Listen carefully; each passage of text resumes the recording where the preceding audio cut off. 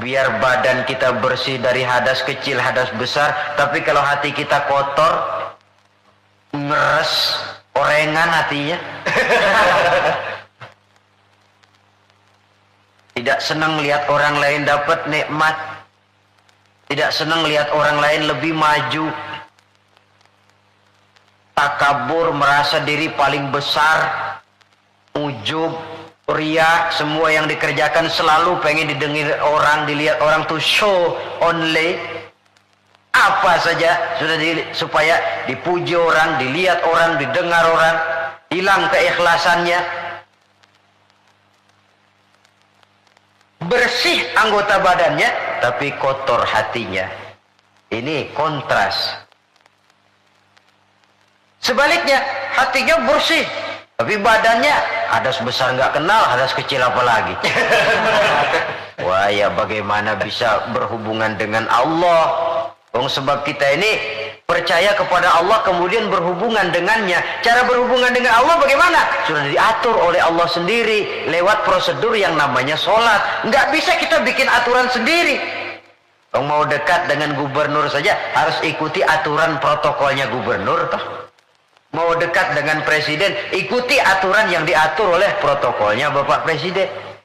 Ingin dekat dengan Allah, boleh pakai prosedur yang ditetapkan oleh Allah sendiri lewat Quran, lewat contoh dari Rasul, melalui sholat, melalui puasa, melalui zakat, melalui berbagai ibadah yang standar contohnya adalah Rasul. Jadi kalau hati sudah baik lalu sembahyang boleh berhenti, mestinya Nabi Muhammad yang paling dulu berhenti sembahyang. Iya kan? Sebab beliau hatinya paling baik, nyatanya nggak pernah berhenti. Kalau hati sudah baik lalu hukum halal haram tidak berlaku, beliau tidak perlu menggunakan hukum halal haram. Itu standar kita. Jadi saudara jangan terkecoh, di zaman sekarang ini ada orang yang namanya talfik, mengambil yang enteng-enteng aja, menegakkan benang basah, percaya sama Tuhan juga cukup dah. Saudara hadirin yang saya hormati, kepercayaan itu memang modal dasar, tapi setelah percaya mau apa? Tentu ada tindak lanjutnya, dan Allah sudah memberikan bimbingan. Aku tidak ciptakan kau manusia kecuali untuk menyembah kepadaku. Cara nyembahnya bagaimana? Tuh, lihat bagaimana Nabi Muhammad nyembah aku.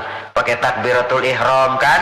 Pakai diri, pakai ruku, pakai sujud, pakai tahiyat, pakai duduk di antara dua sujud. Begitu cara menyembah. Gak bisa kita bikin model-model, nyembah Allah kan yang penting hubungan ke Tuhan, duduk aja dah melongok madep ngulon 2 jam. Itu sih bukan nyembah, itu kesurupan namanya.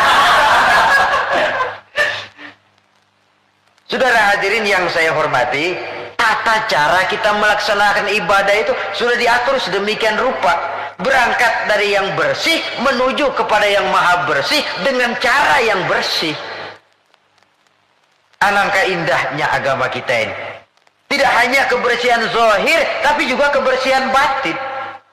Orang cuma bilang kebersihan pangkal kesehatan. Islam tidak cuma itu, kebersihan bagian daripada iman. Apa yang lebih mahal daripada iman? Sudah taruhannya iman itu.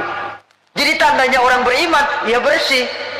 Kita kan cuma baru slogan saja gede-gede di depan masjid, tulisan besar-besar, an-nazafatu minal iman, kebersihan sebagian daripada iman. Tapi kadang kita masuk ke dalamnya, bukan main. Kebersihan yang tidak sesuai dengan temanya, kadang-kadang di sebagian tempat. Cuma baru slogan besar-besar, tulisan gede-gede, kebersihan sebagian daripada iman. Tapi kita sendiri dalam realitanya tidak menyadari demikian besar Islam memperhatikan masalah kebersihan ini. Oleh karena itu saudara, yang ketiga ini berat, menjaga kebersihan hati dari akhlak yang tercela. Caranya bagaimana? Menurut tuntunan orang-orang sufi ada 3 jalan. Pertama yang disebut takhalli, yang kedua yang dinamakan tahalli, dan yang ketiga dinamakan tajalli. Beda ha, kha, dan jim. Pertama kha, ada titiknya kan? Yang kedua ha, titiknya hilang. Yang ketiga ada titik lagi, jim. Takhalli artinya mengosongkan hati dari sifat yang tercela. Taruhlah kita belum bisa sabar, tapi marah kurangin. Taruhlah kita belum bisa jujur, tapi bohong kurangin. Orang yang nggak bohong belum tentu jujur loh. Ya, nggak bohong itu belum tentu jujur. Sebab ada orang nggak mau bohong, tapi nggak mau menyampaikan apa adanya. Bohong sih nggak, cuma apa adanya nggak dia sampaikan. Saudara hadirin yang saya hormati, itu yang disebut takhalli. Mengosongkan diri dari semua sifat yang tercela.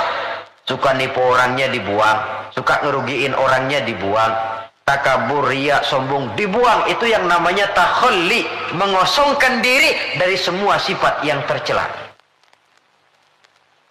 Kalau itu sudah tidak ada, lalu tahalli, hiasi hati yang sudah kosong dari sifat yang tercela tadi dengan sifat-sifat yang terpuji. Begitu takaburnya hilang, muncul tawadu, rendah hati. Begitu riyanya habis, ikhlasnya timbul. Begitu kufurnya hilang, syukurnya muncul. Tahalli namanya. Jadi ibarat rumah, habis kita sapuin, kita pajangin, dekorasiin, didekor lah. Taruh yang pantas ini, foto di mana. Sebab bagus pun kalau nggak pada tempatnya, tentu tidak baik jadinya. Nah, kalau sudah tahalli, menghiasi diri dengan sifat-sifat yang terpuji, tajalli, nanti akan nampak kekuasaan Allah di hadapan kita. Diberikan oleh Allah sesuatu yang tidak diberikan kepada orang lain. Satu keistimewaan dari Allah Subhanahu wa ta'ala. Dan cerminnya itu hati, saudara-saudara. Kalau itu kotor, sudah kotor yang lain. Anggota badan ini cuma sekedar prajurit yang hanya patuh kepada komandan. Dan komandannya adalah hati. Raja dalam kerajaan tubuh manusia. Iya, tapi hati kan nggak kelihatan, Pak. Bagaimana nilainya? Yang tidak kelihatan bisa dinilai. Bisa. Dari mana? Ya dari anggota badan ini. Soal hakikatnya memang terserah Allah. Tapi kita lihat kan zohirnya. Karena anggota badan yang kelihatan toh digerakkan oleh hati. Jikalau hati itu baik, maka dia akan mengarah kepada gerak-gerak yang baik. Tapi jikalau hati itu jahat, tentu anggota badan ini pun akan mengarah kepada gerak dan perbuatan yang jahat juga. Nah, kemudian tingkat kebersihan yang tertinggi yang terakhir, yang keempat, tathhirus sirri amma siwallah, membersihkan diri, membersihkan seluruh rahasia dari yang selain Allah. Nah, ini sudah kelasnya para anbiya ini. Membersihkan diri dari yang selain Allah. Nah, apa orang kayak begini sudah nggak perlu dunia? Perlu, tapi ala kadarnya, dan dunia dia gunakan penunjang jalan menuju Allah. Semua kegiatan hidupnya tujuannya sudah Allah saja. Dan memang itu idealnya. Menjadikan Allah sebagai tujuan akhir dari seluruh kegiatan hidup kita. Cari nafkah buat apa? Kasih makan anak istri. Kenapa kasih makan anak istri? Kewajiban. Dari siapa kewajiban? Dari Allah. Itu kan namanya tujuan akhirnya Allah. Walaupun secara zahir kita katakan, saya cari nafkah buat anak istri kok. Tapi itu perintah Allah. Jangan menjadikan yang selain Allah sebagai tujuan akhir dari kegiatan hidup kita. Nanti akan tergelincir dari norma-norma akidah yang seharusnya kita yakini. Membersihkan diri dari yang selain Allah. Menjadikan Allah sebagai tujuan akhir dari seluruh kegiatan hidupnya. Dan itu sesuai dengan kontrak kita kah? Inna solati wa nusuki wa mahyaya wa mamati lillahi rabbil alamin. Ibadahku, hidupku, solatku, matiku cuma untuk Allah, Tuhan seru sekalian Allah.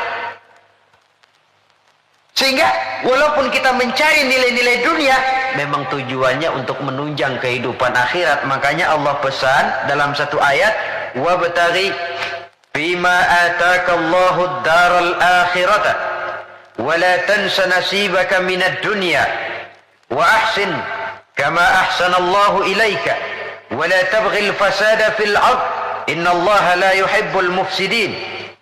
Dengan karunia yang diberikan Allah kepadamu, carilah akhirat, tapi jangan lupakan bagianmu di dunia ini. Cari akhirat, tapi jangan lupakan bagianmu di dunia ini. Wa ahsin kama ahsanallahu ilaika, dan berbuat baiklah sebagaimana Allah telah berbuat baik kepadamu.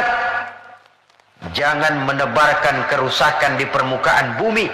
Sesungguhnya Allah tidak suka kepada orang yang menebarkan kerusakan di permukaan bumi ini. Jelas sekali ayat ini. Di samping menganjurkan adanya keseimbangan dalam kehidupan kita,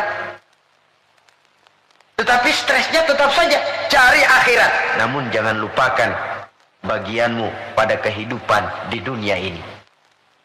Saudara, apabila 4 fase kebersihan ini kita telusuri, kemudian kita amalkan, pada tahapan pertama berusahalah supaya kita jadi orang yang bersih, baik dari hadas kecil maupun hadas besar. Syukur kalau saudara misalnya sudah biasa hidup, membiasakan mempunyai wudhu dalam hidup ini. Sebab tidak cuma untuk sholat, utamanya memang itu, tapi mau pergi dagang wudhu dulu, bagus. Mau berangkat kerja wudhu dulu, bagus. Untuk sesuatu yang tujuan yang bersih, harus kita mulai dari sesuatu yang bersih juga. Nah, dari situ kita lalu meningkat, berusaha menjaga kebersihan anggota badan. Berusaha supaya tangan ini jangan mengundang dosa, supaya mata ini jangan mengundang dosa, supaya kaki ini tidak melangkah ke tempat yang bisa membawa dosa, supaya perut ini tidak kemasukan barang yang mengandung dosa. Baru kalau sudah begitu, pada tahapan yang ketiga, hati. Itu sudah klimaksnya. Kalau dia sudah berakar menjadi hati yang bersih dari akhlak yang tercela, itulah nilai kebersihan yang paling ideal di dalam kehidupan kita. Ternyata teori mens sana in corpore sano katanya. Akal yang sehat terdapat pada badan yang sehat. Tidak selamanya benar. Buktinya apa? Wong maling sekarang badannya sehat-sehat kok. Siapa bilang kalau badan sehat lalu akal sehat? Tidak mesti. Katanya akal yang sehat terdapat pada badan yang sehat. Belum tentu juga. Bukti yang jadi maling badannya sehat-sehat, tapi hatinya kok ngeres. Ini berarti bahwa memang kebersihan itu harus berangkat dari hal yang mendasar untuk sampai kepada puncaknya membersihkan hati. Di situ sumbernya, karena hati sekali lagi merupakan raja dalam kerajaan tubuh manusia. Kalau rajanya sudah angkara murka, kalau rajanya sudah biadab, maka seluruh rakyatnya, anggota badan ini akan mengarah kepada yang biadab juga jadinya. Tetapi lagi-lagi, bahwa usaha pembersihan hati ini harus melalui jalan yang telah dicontohkan oleh standar dalam kehidupan beragama, yaitu Nabi kita Muhammad Sallallahu Alaihi Wasallam. Itu saja patokannya. Beliau sholat, kita sholat. Beliau puasa, beliau puasa. Beliau zakat, kita zakat. Jadi kalau orang sudah mengaku hatinya sudah bersih, tahu segala apa saja, tapi nggak sholat, oh nggak cocok sama standar. Nggak usah diikutin kan gitu toh. Jadi ada barometer. Oh ngakunya Mbak Ano, pinter Ano, tahu keadaan orang. Puasa nggak Ramadan? Kagak, nggak cocok sama standar. Nggak cocok sama standar. Itu saja. Gampang kok, kita punya barometer, ada ukuran. Kalau orang sekarang ini gampang dikelecehin sih. Apalagi dia nggak punya standar, udah telap bener dah. Saudara hadirin yang saya hormati, standar dalam kehidupan beragama tidak lain baginda Nabi. Taruhlah kita belum bisa ikut sholat seperti sholatnya beliau, taruhlah belum bisa sabar seperti sabarnya beliau, taruhlah belum bisa melaksanakan tahajud seperti tahajudnya beliau. Tetapi yang belum bisa dicontoh seluruhnya kan tidak perlu ditinggal semuanya. Apalagi lalu mencela. Seperti dulu zaman anak-anak ada cerita, serigala pengen makan buah anggur, tinggi, lompat, jatuh lagi, lompat, jatuh lagi, nggak bisa tercapai itu anggur. Akhirnya putus asa, kecewa. Kemana-mana dia pergi ngomong sama semua binatang, anggur pahit, anggur asam, anggur pahit, anggur asam. Padahal bukan anggur yang pahit, dia aja yang kagak bisa ngambil. Akan selalu ada di masyarakat tuh manusia yang mentalnya begitu. Dia pengen begitu, nggak bisa, sama yang bisa dia sirikin. Akan selalu ada di masyarakat manusia yang punya mental begitu. Dia pengen begitu. Kagak bisa, udah setengah mati. Enggak bisa juga. Sama orang yang bisa. Wah, siriknya bukan main. Hasutnya bukan main. Sama serigala tadi. Pengen makan buah anggur udah metik nggak bisa, pidato kemana-mana anggur lah pahit. Emang kemampuannya aja yang nggak sampai ke sana pakai anggur pahit, anggur asem. Orang menghina sesuatu bukan karena sesuatu yang dihina itu jelek, tapi karena dia nggak bisa berbuat begitu. Lalu yang lebih celaka lagi mempengaruhi orang supaya berpendapat begitu kayak serigala tadi.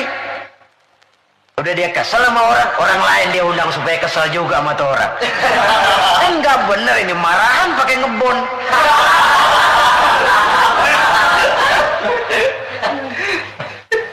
Akan selalu ada di tengah masyarakat orang yang punya mental yang disebut rationalization itu, rationalization. Penyakit kejiwaan itu sebenarnya. Dia pengen punya televisi, setengah mati, nggak bisa juga. Tetangganya bisa duluan, habis dia katain. Emang dia miara tuyul. Sudah macam-macam. Saudara hadirin yang saya hormati, jadi sekali lagi kita berangkat dari standar. Kalau sama dengan standar, mari kita ikuti. Kalau tidak sama dengan standar, berpikirlah lebih jauh lagi. Karena agama ini ajarannya jelas, yang jadi contoh dalam pelaksanaannya juga jelas. Jangan dalam kejelasan lalu kita cari yang remeng-remeng dan samar-samar. Apalagi di zaman dimana orang sekarang mudah kehilangan pegangan hidup. Dalam kondisi kalut, nyari pegangan. Ya orang kalau lagi hanyut di kali, rumput juga dia pegangin.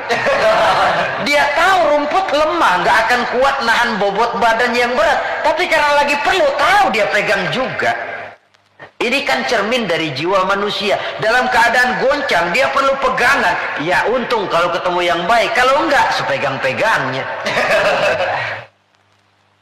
Saudara hadirin yang saya hormati, jadi dengan demikian, kita ambil kesimpulan. Pertama, Islam agama yang sangat memperhatikan kebersihan. Baik itu kebersihan zahir, lebih-lebih lagi kebersihan batin. Yang kedua, dalam Islam kita berjalan menuju zat yang maha bersih. Karenanya harus bertolak dari kebersihan. Yang ketiga, kebersihan diawali dengan hal yang paling mendasar, kebersihan pribadi. Lalu nanti kalau sudah mengarah kepada anggota badan, itu sudah termasuk menjaga kebersihan kolektif, bermasyarakat. Artinya, kalau anggota badan kita sudah terpelihara dari perbuatan dosa, artinya kan kita sudah menjaga diri, jangan sampai merugikan orang lain. Jangan sampai membuat onar di masyarakat. Jangan sampai menimbulkan kerugian kepada sesama. Itu sudah mengarah kepada dampak kehidupannya dalam masyarakat. Kalau yang pertama tadi, tingkat kebersihan pertama, individu. Bersih dari hadas kecil dan hadas besar. Nah, yang kedua, tatkala bersih anggota badan dari perbuatan dosa, ini sudah mengarah kepada menjaga ketenangan dalam masyarakat. Ya, masyarakat kita, yang petani, masyarakat petani, yang pedagang, masyarakat pedagang, yang mahasiswa, masyarakat mahasiswa, yang politikus, masyarakat politikus, yang seniman, masyarakat seniman.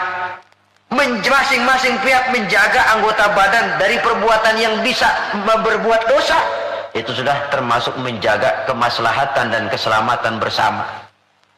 Nah, kalau sudah sampai kepada puncaknya, pembinaan pribadi, pembersihan hati dari sifat-sifat yang tercela. Kemudian menghiasinya dengan sifat-sifat yang terpuji untuk mencapai satu makom yang tinggi di hadapan Allah Subhanahu wa ta'ala. Mungkin dengan pendidikan, dengan pangkat, dengan harta, kita bisa berlomba mencari kedudukan di dunia. Tapi kedudukan di sisi Allah hanya bisa dibeli dengan prestasi ibadah. Yang prestasi ibadah itu akan membentuk hati yang baik.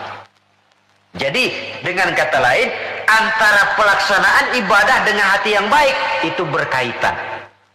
Kalau tidak, salah satunya sulit untuk terwujud. Artinya dari hati yang baik timbul semangat ibadah. Dari semangat ibadah, hati lalu menjadi baik. Ada semacam interaksi.